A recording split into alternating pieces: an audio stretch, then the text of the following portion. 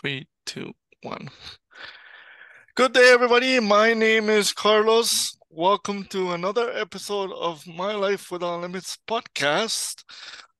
We have the opportunity to record one more episode this year, which is pretty fun and exciting. But before we continue, I wanted to introduce my co-host, the person that's always here. She hasn't left yet. Nope. She's enjoying it, and I'm enjoying her company as well. So, welcome, Leah. How are you doing today?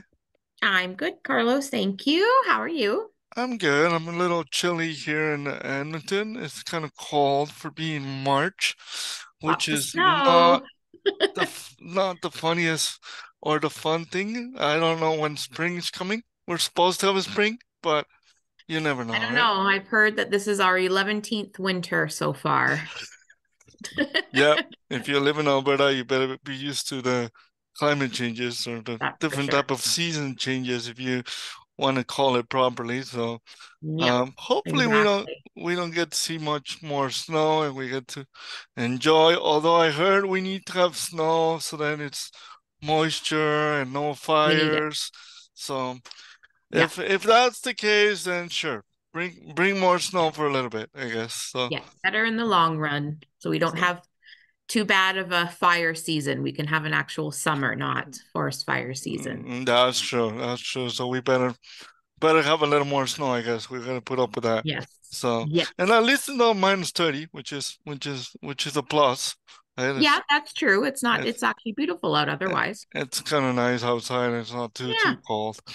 But Yeah. anyways, we have an amazing guest that you were able to get in contact with, and Yeah. I was introduced to her. we have her here. So I would love for you to see if you can introduce her to all of our audience. So. Yes, our amazing fearless leader, Joanne, introduced me to Leanne. They had connected and had a little chat, and we're very excited about things that she's working on. So, welcome, Leanne. Thanks for being here. Thank you so much for having me. It's my pleasure. Great. So, why don't we just dive in and you just let us know who you are and what you're doing, and then we can talk more about it.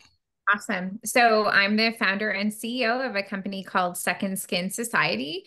We are creating a health and fitness app that is designed to be end-to-end accessible and really create the experience where people with disabilities and people without disabilities or people with different disabilities can work out together in the same classes. So we offer multiple versions of each class, and users have the opportunity to actually follow two instructors simultaneously.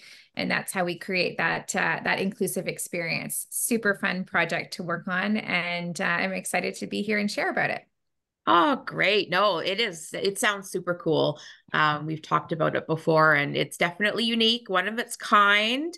And I think it's going to start a really big movement in the fitness world for sure. So, how did you come up with this idea? So we actually started the business in 2018 as a yoga studio. So I opened a yoga studio in Waterloo, Ontario, and we ran that for a year. And then the pandemic came kind of on the heels of our 1 year studio anniversary. And it gave the opportunity for us to think about creating something virtual, which is what we did. Many people did at that time. We actually spent time then working with corporations and offering their employees a virtual wellness benefit. And through feedback that we had gained in growing our community, we really got to understand that so many people loved that we offered some seated class options in addition to all of the class options that we did. And I call this my entrepreneur aha moment because I really started to shift my thinking at that time. What I didn't share yet is that prior to starting my business, I had a career of over 20 years supporting people with disabilities in a variety of capacities. I started when I was 13 years old.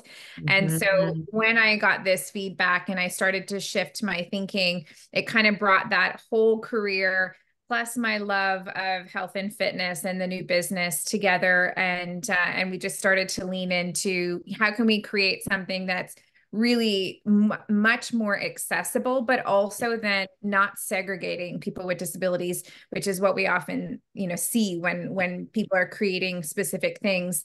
It's not necessarily inclusive. It's still really segregated is just the word that keeps coming to me. So I really wanted to figure out how we could create something that wasn't recreating the wheel, but rather just including more people. And through hundreds of conversations with people with disabilities, different disabilities, and learning about their experience with the fitness industry in the past, we came up with the idea of this kind of magic of creativity, thinking outside of your own experience, your own body, and thinking about what other people do, how they experience the world, how they experience movement, and how we could create opportunities for them to have a really great inclusive experience with us.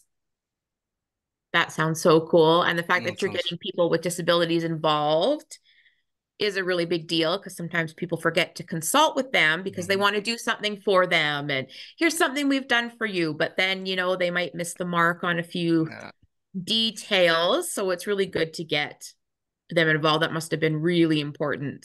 And mostly in the fitness world, because it is hard for a person with a disability sometimes to be encouraged to be a part of a fitness type of community, because I mean, it's harder for a person maybe to lift an equipment or to stretch or to do all those types of things in the community, right? I'm speaking about myself too, where I want to go do some fitness and I go, oh, should I like stretch this hard, or should I do this?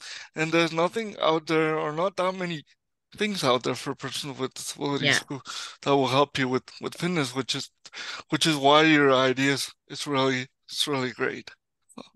Thank you. Yeah, even taking it even a step back from going in and not sure what to do necessarily at a gym or studio. There are so many gyms or studios that aren't even accessible for people to get into the building, period.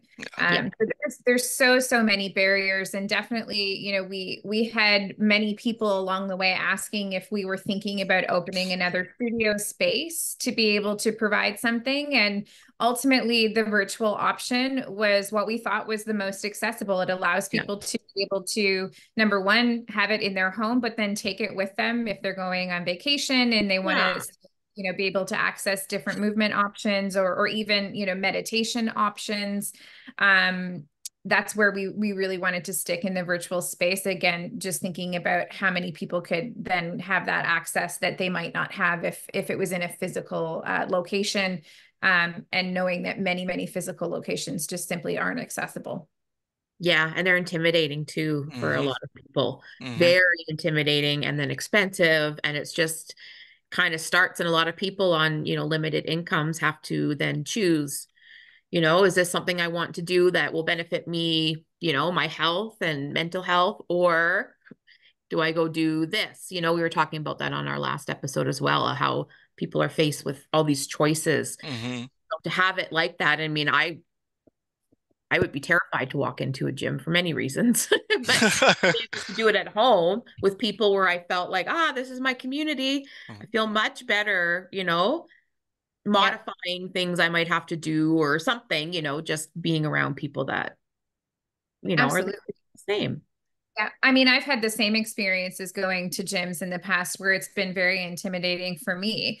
I think many people just feel intimidated going into a space they've never been before, let alone a space that they already have a perception of not being included, right? Then it just causes even more of that fear of the unknown and what's going to happen when I get there. And yeah, we want to create this space where people really feel that sense of belonging, like they've been thought of and considered and certainly consulted through the process to make sure that we're creating the experiences that are going to be really meaningful and impactful.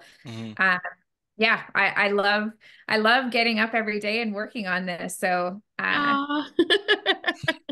isn't that the best? I know I feel the same way about what I do too. It's not sometimes, going through things, people are like, oh, you should take a break from work. And it's like, no, work is what actually helps me get through personal things, or just, I really just enjoy it. We have a great place to work. Very good to work like that. And a sense of belonging. Oh my gosh, like that is so important for people, just to feel like they belong and are welcome.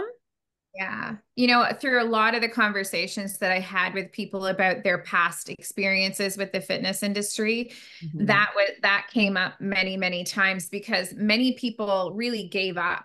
They had tried different classes and felt like they were continuously having to modify because the teacher wasn't offering options that were really geared towards the body. So they were always changing to fit the class rather than having a class that could meet them with where they were. And then, you know, there's just a lot of people who felt like personal trainers were saying they could create adaptive programming and would take their money and then show up to get this programming and find out that the personal trainer really wasn't equipped to be able to provide that. And so it felt very much like the fitness industry just wasn't the space for people with disabilities. And we certainly want to change that and create that belonging for sure in what we're doing. Yeah. That is awesome. So is your future app coming up, is it gonna include classes with a group of people? Is it individual with individual trainers, or is it individual video? Like, is it on a video? How is it gonna work so then people can, because sometimes I imagine if you're at your house and you're doing fitness, if you're somebody like me, you might get bored because you might see a fly on the wall and you might be like, oh, I got distracted from my exercise and my movements, or even my meditation that I want to try. Or would you be able to have it as in a group of people? Or would it be individual, or how's it gonna work? Yeah, great question. So where we're starting is providing on-demand fitness classes. So we have yoga, dance, cardio classes, and strength training classes, and then a library of meditation and visualization. They're on demand for two reasons. It allows the convenience for people to be able to show up and access classes whenever it works for them. And also it really helps to support our instructors because we work with fitness instructors with and without disabilities, and we co-create the classes together to come up with the multiple versions for people to be able to access. So understanding just, you know, there's certainly a lack of fitness instructors with disabilities that we've been able to tap into. Our instructors range from in Canada, the US to UK and Brazil, simply because we're really looking to, you know, access or tap into that community of fitness instructors with disabilities. So we've created it in this way for kind of the convenience and capacity on both sides of our instructors as well as our community members accessing. They're group fitness classes, meaning similar to like a Peloton type of app. You can show up and participate in a class and you can see, you know, other people that are participating virtually, even though it's not technically live.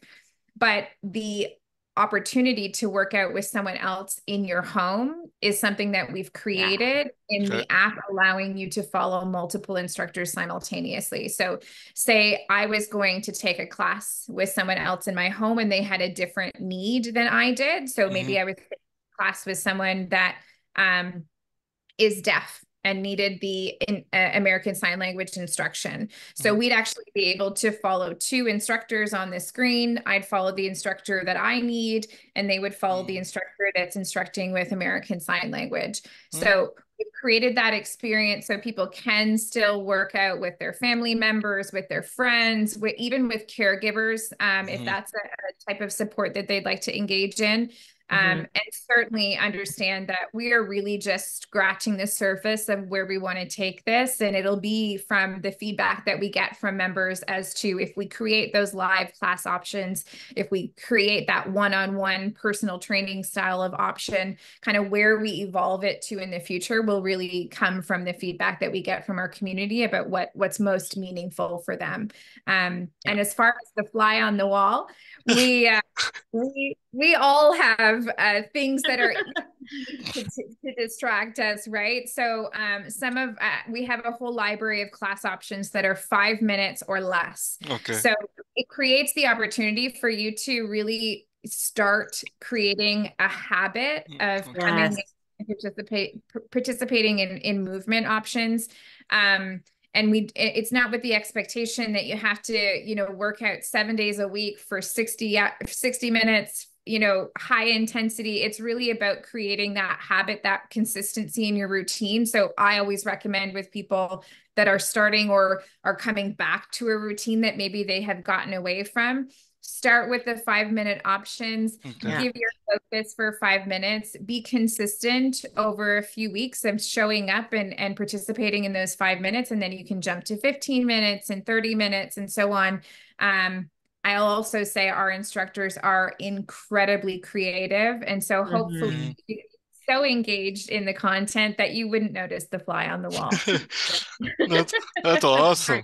That's amazing that you have 5-minute routines, because sometimes the routines are so long that you're like, that you get distracted or you get bored or you get or your mind goes somewhere else, right? So it's good to have that 5-minute routine. That's awesome. That's pretty fantastic. And you'd be surprised how quickly you can work up a sweat in 5 minutes, right? Oh, like honestly, people kind of forget that you know what, even the 5 minutes of movement is better than no movement at all.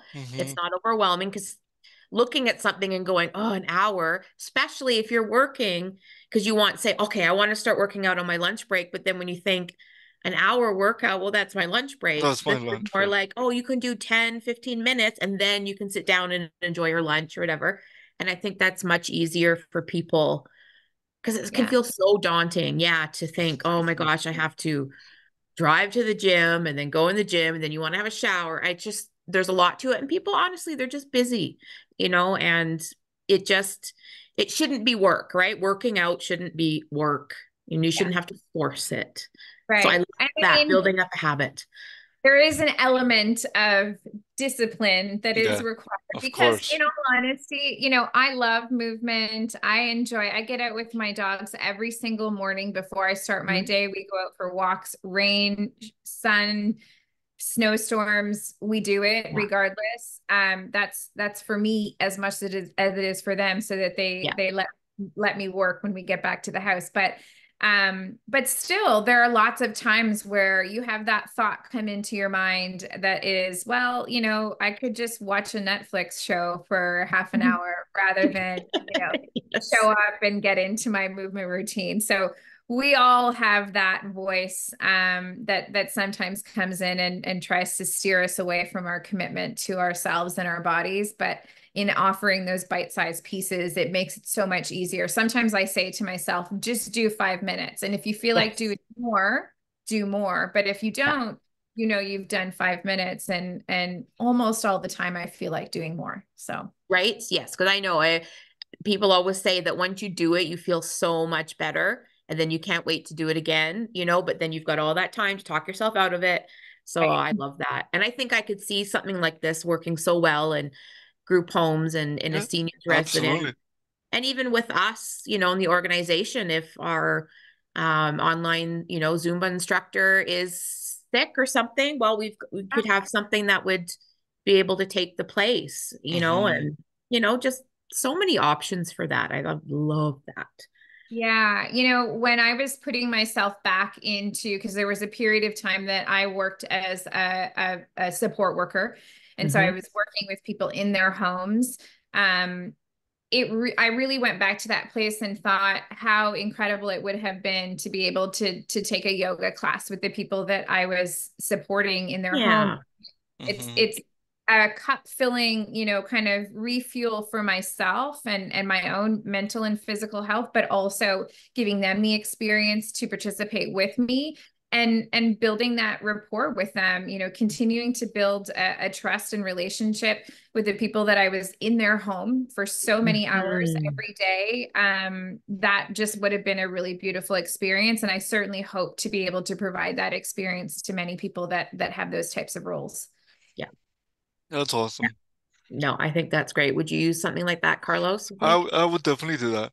I would definitely, because I have a gym downstairs in my building, and every time I go to the gym, I feel discouraged because sometimes the equipment is not properly there. Sometimes you don't know which exercise you can do that is good for your body, and you're not going to pull a muscle, and then you won't be able to walk the next day to come to work or to take the bus or whatever the case, right? So I'm worried about that, You know, Yeah. I do what I know what to do. Like let's say get into the treadmill and doing the treadmill, but when you want to do something else, because only the treadmill can only do so much, right? So Yeah. so you have to do something else, but the equipment is not properly fixable. So sometimes I'm like, well, I'm just gonna sit at home and try to do the stretches that I can, that Yeah. I know of. But then you're also worried about, okay, don't do it this way because it might pull your muscle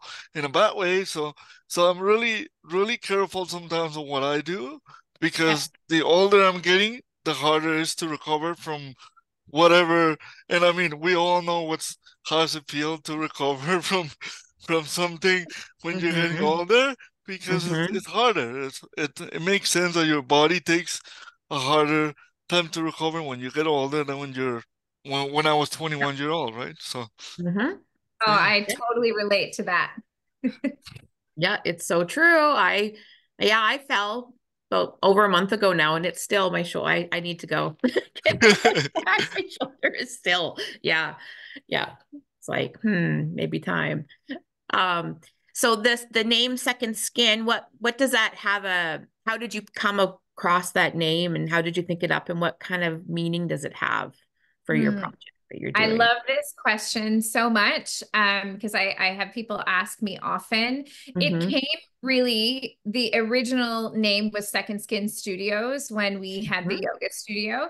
And it really came from thinking about how we wanted people to experience what we were offering in this studio, which is really Yeah. this inner transformation through movement where you're kind of shedding the skin like the snake does, you know, and you become the next version of yourself. Mhm. But now with where we're going and we shifted to Second Skin Society as soon as we created a virtual membership when we no longer had the studio.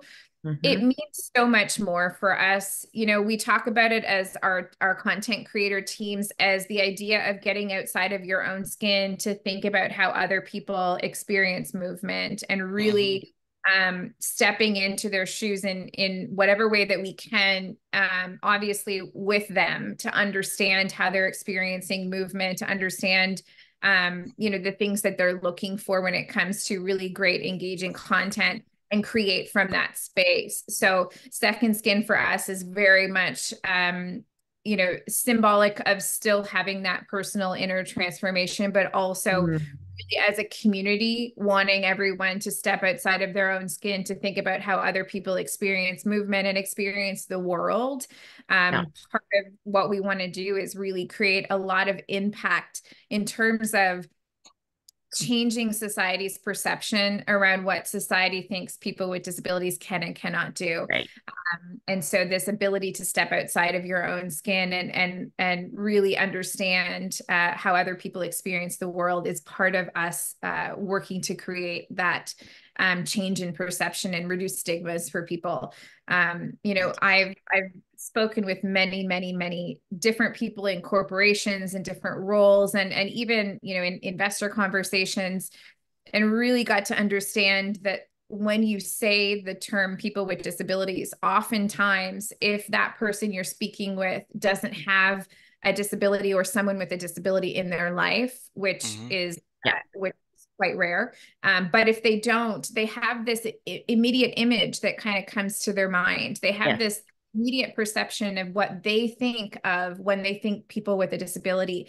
Mm-hmm. And I think a lot of times, if not most times, that perception that comes to mind is wrong. And I Yeah. Yeah. really have the opportunity to really change that perception when people are looking at you know, the different type of content that we're creating and how it's this inclusive experience. It allows Mhm. people to really shed that skin or shed that idea of what they think someone with a disability is really about. Yeah. It's a powerful, hopefully powerfully impactful piece of the business. And Yeah. Yeah. you know, at the time of creating the business name Second Skin, I certainly didn't have that understanding. Now I call it a manifestation. Mhm. Back then, not really knowing where we were going, but seeing it all now. You can always see clearly looking backwards, Yeah. see all of the different things that led to us creating what we're creating now. that name just resonates so deeply with me and our team and our content creators and many of the people that we've shared the meaning with. So yeah, that's beautiful. That is pretty amazing, actually. Very, very cool. I was Yeah. actually looking at your website, Leah, this morning and even yesterday because I wanted to take a look at what I was getting into or what we were getting into. Yes. So and I really like you already touched a little bit on meditation because um uh, in my family, I've been having, well, my mom doesn't really do meditation, but she's trying to. Was she? Yeah. And yeah, she's trying to. And same, but my brother-in-law does quite a lot of meditation, Hmm. and he speaks about higher stages of meditation. But when I was looking at your website and when I was looking at the fitness part of it, I was like, for those people who don't understand, including me, how would you link fitness with meditation and together? Could it work together or can it go separately? Is that why they're separate or can they go together? Because I always wonder if there's a possibility about that. that is such a great question. And I think meditation is different for every person, to be honest. I think there are lots of people that see meditation as really, quieting the noise outside of them so that they can just listen to their internal thoughts. Other people see meditation as quieting their internal thoughts too, and really looking to create space away from any noise, so away from any thoughts internally or externally. Other people, and myself included in this group, I love active meditation. So oftentimes when I'm out for walks, I take my dogs onto a trail out in the country, and it's just, wide open, beautiful scenery. And I love that time and space where I allow my mind to kind of give me answers that I might be looking for. And something about the quiet and the nature and the fresh air and the movement that for me is my own personal meditation. So I would call that an active meditation.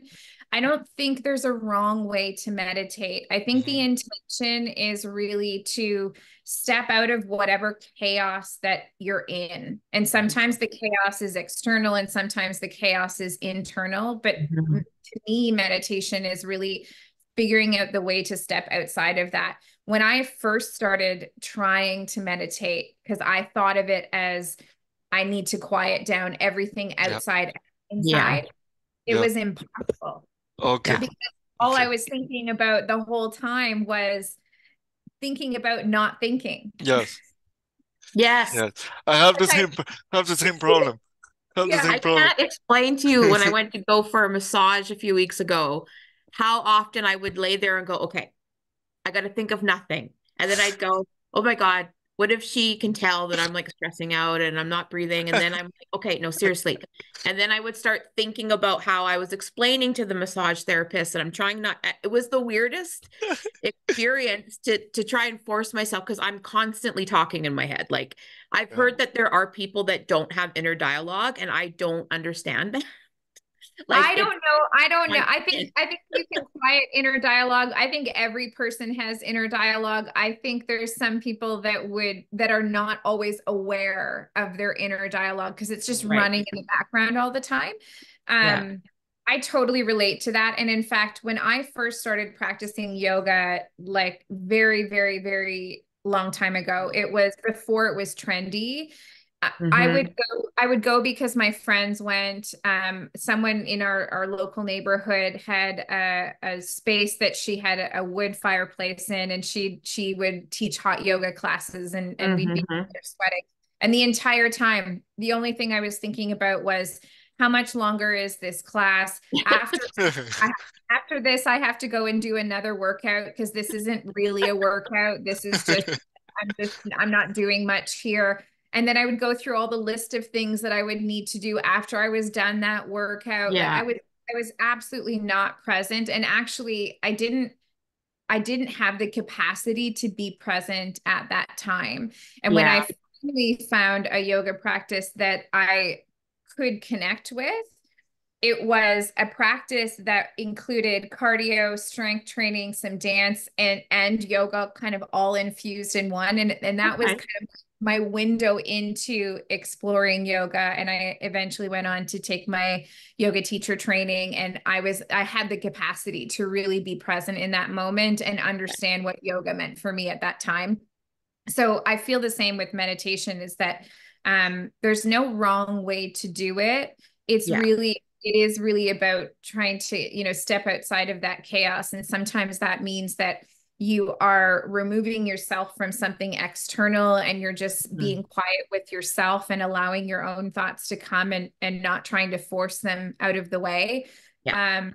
And I think over time and with practice, we get better at being able to slow down and be more present. It's certainly something that I tie into fitness, because just like movement is so important, rest is so important. Yes. And we often don't think about rest as being part of our exercise routine, but it is a critical part of that routine.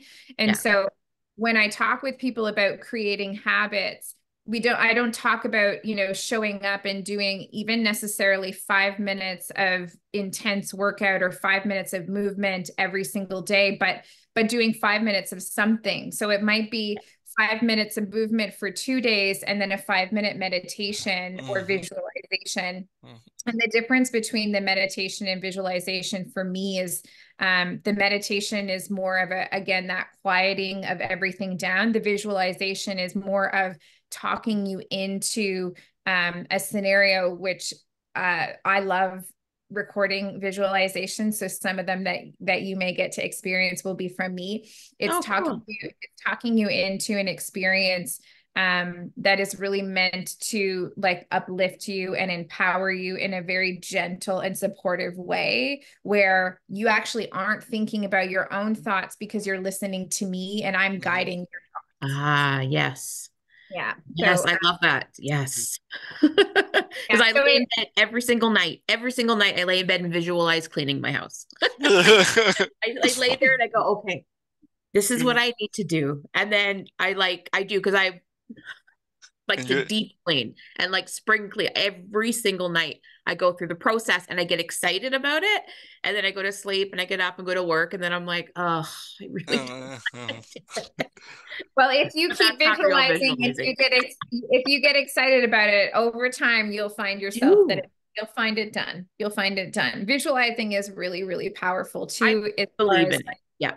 Yeah. If you watch the most successful athletes, and you watch their success stories or read about their success stories, every single one of them talks about visualizing. They talk a lot about journaling and really seeing themselves do the things that they want to do. So seeing themselves make the shot, or seeing themselves win, whatever a gold medal. Yes, absolutely.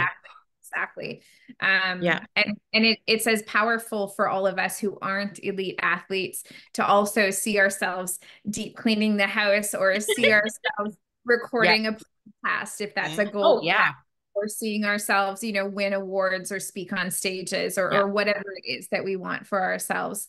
And I really tied into the fitness aspect, because for a lot of people, it takes that visualization for them to want to show up in some cases and continue to create and work on that fitness routine for themselves.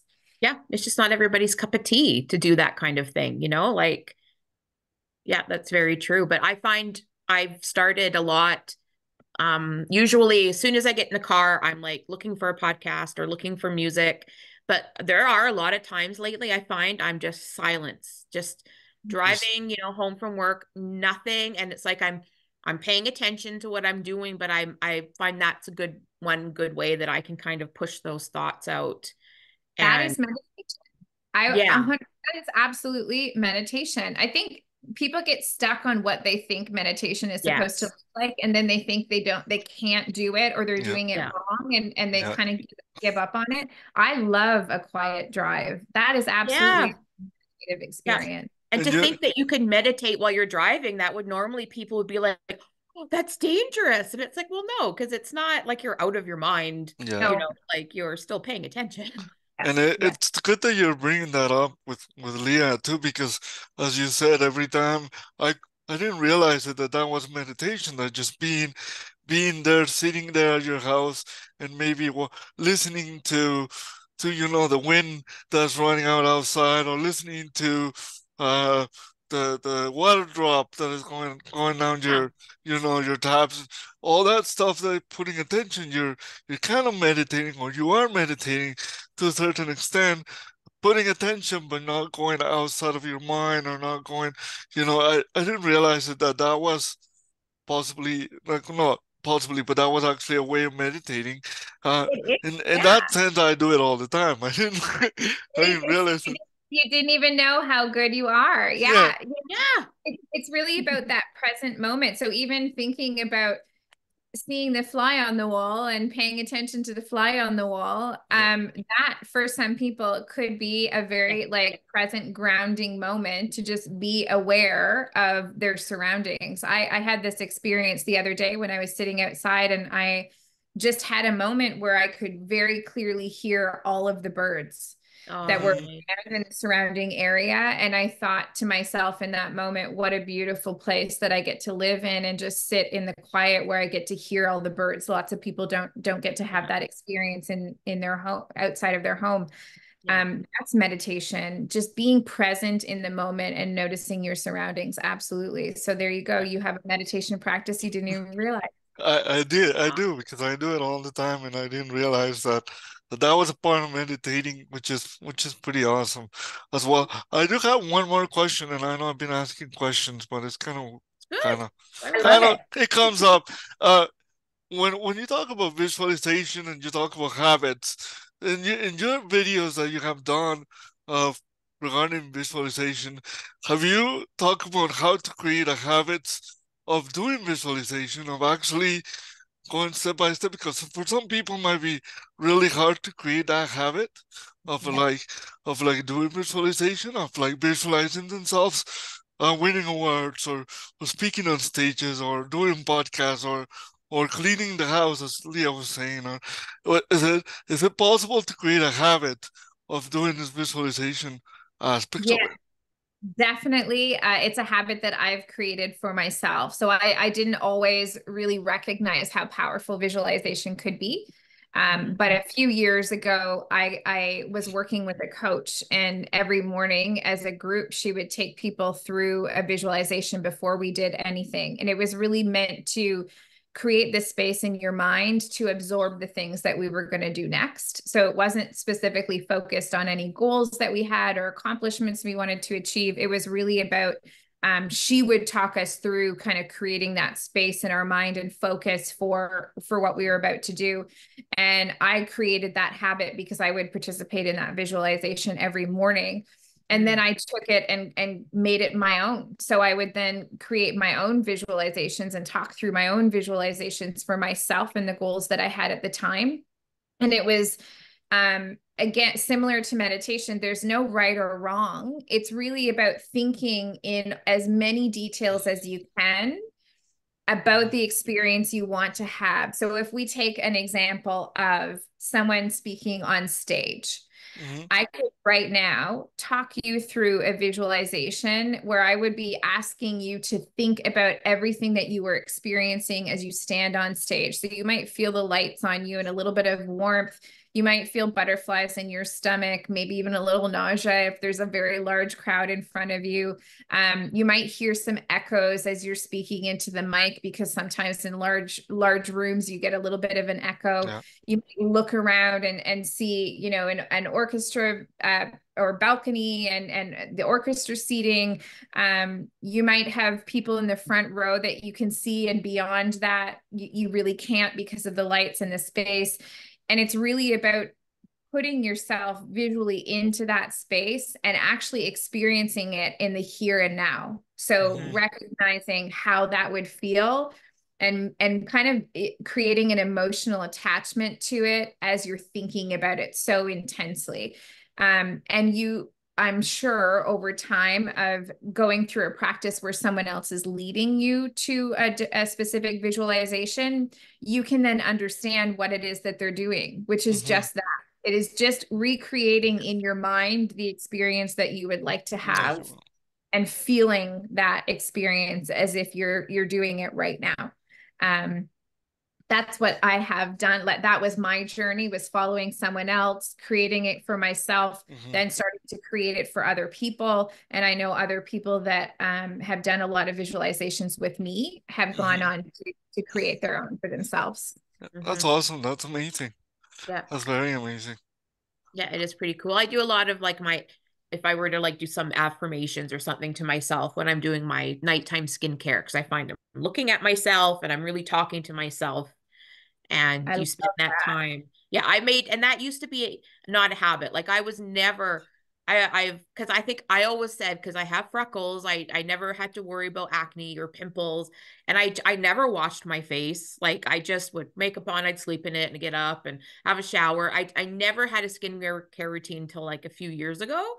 And because I just always had my skin never bothered me. So, but then I was like, no, I really want to do this. So it was a habit I had to create. Every night I was like, okay, no, go and take your makeup off. But it was more about just stopping, like before bed, like just chilling out and then just experiencing how it felt and to kind of get ready to lay in bed and think about cleaning the house. Good for you. Good for you. Those are special, important moments where I think sometimes, so I was very similar in that I would think about it being a chore to have a skincare routine.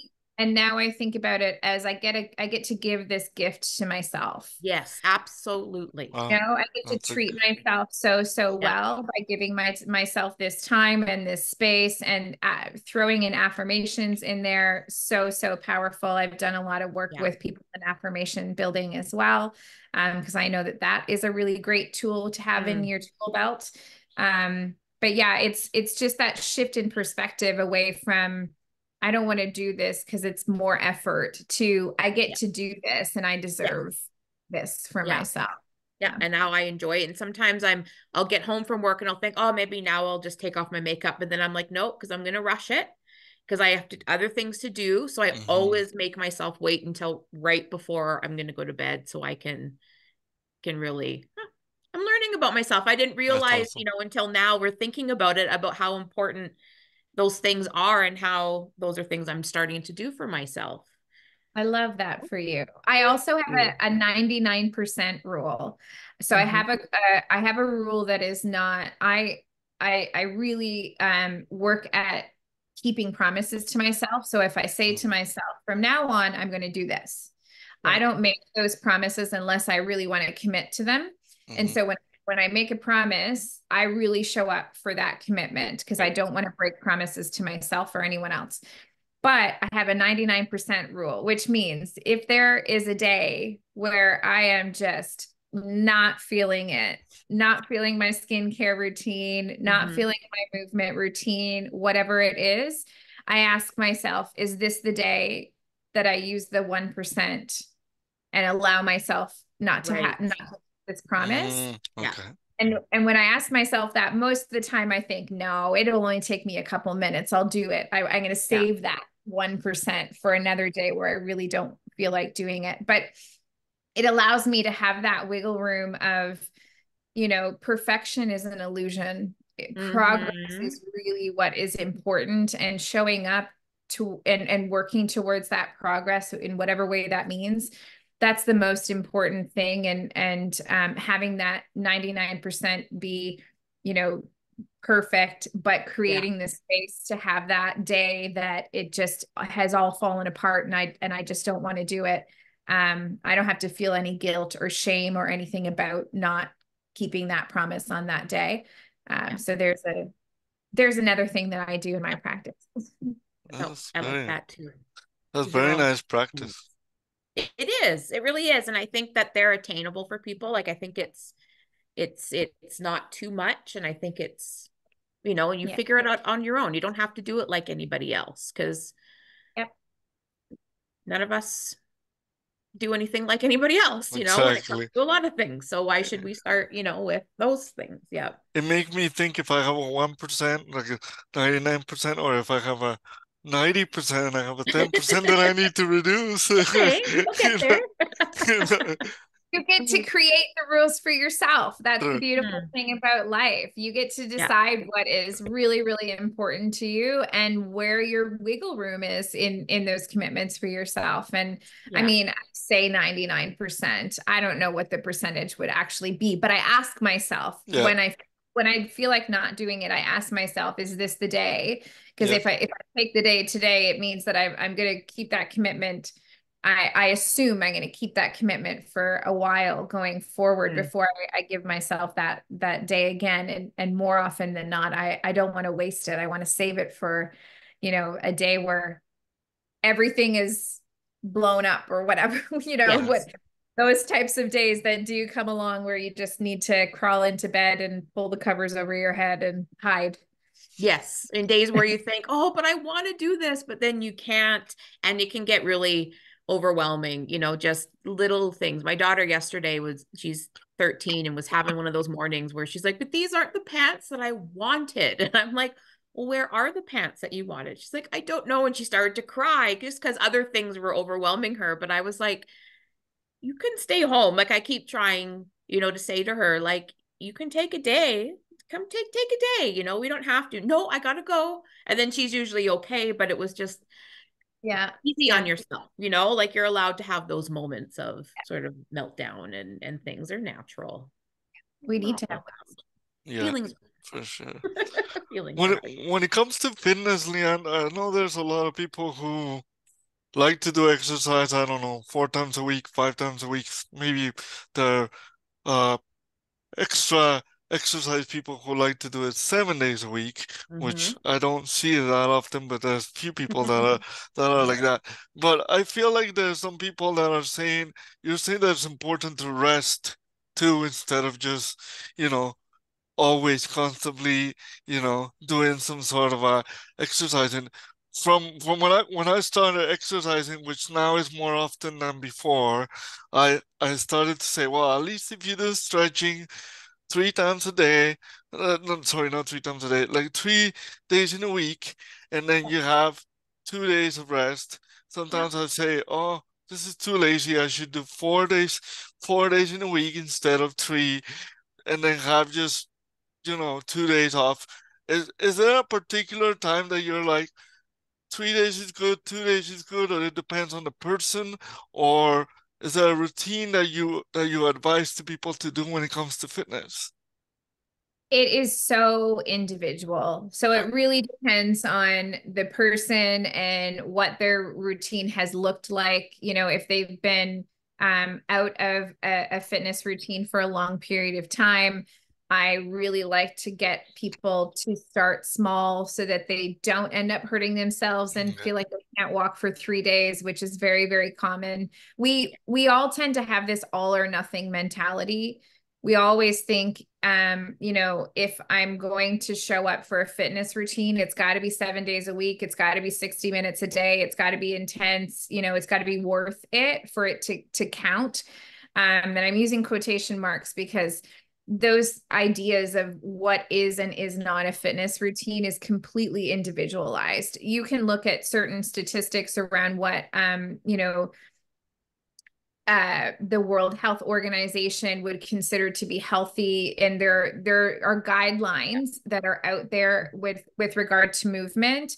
But ultimately, I encourage people to learn to listen to their bodies, not just because it's so important for us in what we're doing right now, but because if you don't know how to listen to your body, when it changes, and it will, and it'll change many times, and it'll need something different through those changes in your life, you won't know how to adjust your routine because you don't know how to listen to your body. So when, you know, when I'm speaking with people about putting together a fitness routine, it's very much about what feels good for you as a starting point, and then we adjust. So you might start with 2 days a week of rest, and that might feel great.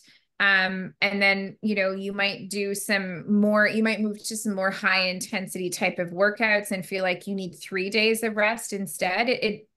It really depends on what you've done when you've practiced a movement routine, and how your body responds to it. I myself sometimes do some pretty challenging lower body workouts. And so the next day I know I'm not doing anything lower body. And most times I'll just stretch because that does make me feel better.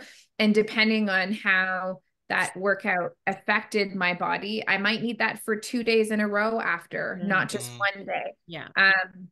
It's really about learning to listen to your body and going with what it needs. And I'll say too, you got to find the balance between doing what you feel good about in the moment and recognizing where sometimes we can get in our own way and talk ourselves out of things. So there is kind of a balance between taking rest, because rest is the opportunity for your muscles to restore and recover. And that's really, really important as part of your fitness routine. But also it can be easy for us to convince ourselves that we need to rest and restore because really mentally we're saying, I don't feel like it. Yeah.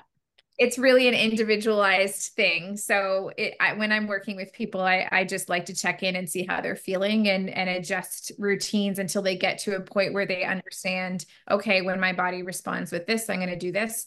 And also that they know that it's okay to push and challenge themselves in situations that they feel good in too.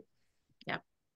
That's Like awesome. don't do what I did and think, oh, one of those drop-in HIIT classes at the park with all the other moms while the kids are playing that only costs $5 is a good idea, because then you take like a 5-year rest because it was so traumatizing that you swear everything off because it was like close to death. Yeah. And then couldn't walk for like 3 days, where my daughter was so worried. She's like, are you okay? I'm like, goodness. Yeah. That's I've so been funny. there. I've been there. Don't have to go to those great extents, That's funny. and that's what I've learned. Now it doesn't have to be that. Right. That's so funny. So where are things at with Second Skin Society? Like, can people access now, or are you doing a launch date? What have you got? So the official launch date, when we're in kind of the full launch to the public, is September right now until March 25th, actually. So we've got a few more days. We have the opportunity for people to become part of our membership early. So they'll get a full year's membership at 50% off. And that full year won't actually start until we launch in September. And what you get between now and September is access to our classes. So you're going to get that early access and hopefully the opportunity to give us some great feedback that we put into what we create over the next 6 months. You'll get to see our prototype and how it functions and give feedback on that as the app is being developed currently. You'll get to connect with me and my team and kind of more of a hands-on, high-touch opportunity to really have your voice heard and be part of what we're building. And we're excited for all the people that have and continue to join us. We will have the doors open in June for another group to come in, but from now until March 25th, then doors close. We're really going to work with this first group over the next couple of months, get access to the classes, get feedback, all those pieces. And then we'll bring in more people in June, and similar over the summer. Then we'll have doors closed again, really working with the group that we have and giving that attention to them in all the ways that we can. And then we'll open to the public in September. Awesome. Well, that's exciting. I was able to see that you got memberships on your website. People can click and apply to. I just look at it just before once you're talking, because I was like, oh, maybe I want to become a member. So I was like, and I see that you have two options. You have the subsidized membership option, and you have the regular membership option, right? Is that correct? That is. So the subsidized membership option, we're taking applications right now. I don't even like to call them applications, but we're taking in the interest from people that want to have access to those. Those people will get access starting in September. So you can kind of submit your interest and we'll get through that process. And then the yearly membership option is what's available right now. You'll also see on the website that we have a scholarship opportunity, and that is really meant to hopefully, with what we're doing, more people with disabilities will think, well, maybe I want to be a dance teacher or a yoga teacher or a instructor, and we would love to support you to get that certification and provide some great coaching so we can hire you to work with us and create classes as part of our content creator teams. So those opportunities are available too. That is awesome. That's fantastic. Yeah, because I was wondering what that was all about. I was like, oh, what's that scholarship? Yeah, I was wondering about it yesterday because I was taking a look at it, and yeah, so that's awesome. That's very, very awesome.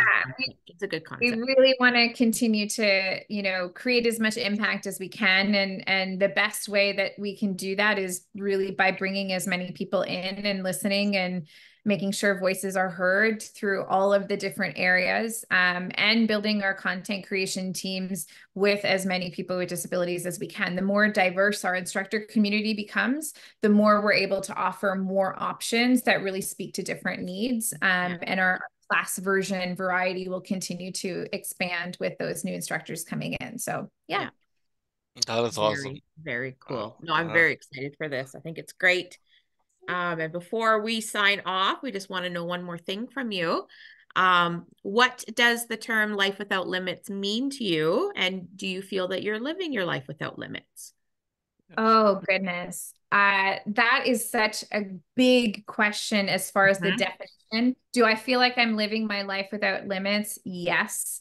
What I would say, the first thought that comes to me when I think about an emphatic yes, I am living that way, is that I really don't allow anything, any circumstance, any person to keep me from doing the things that I want to do. I think there are, especially when I think about business, I think there is a goal that we are working towards, and many, many, many paths for us to get there.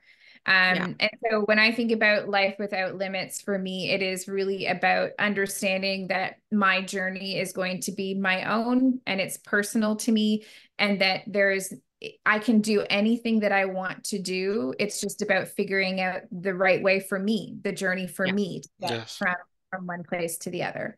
That's a big question though. I'm sure I'm going to walk away from this conversation and go, I wish that I would have said this, but you can save that till after your launch. We'll definitely have to have you back and talk more and see how things are going. So awesome. Would love that. We'll do. And every guest that we have had different answers, so and have been so unique and so great in many, many ways. So I'm pretty sure I love the way you put it for now on your terms, and yeah, it changes for me. It changed over the years. Started one way, and then it keeps changing after hearing all the different perspective that each guest has about this particular question, and it keeps changing for me, for sure. I love it. Great question. Yeah, love it. Well, thank you so much, Leanne, thank you for being here, for what you're doing. It sounds like, well, it looks like it's going to be a great launch. It's going to be a great app. I keep saying to every guest that I want to join and everything they do.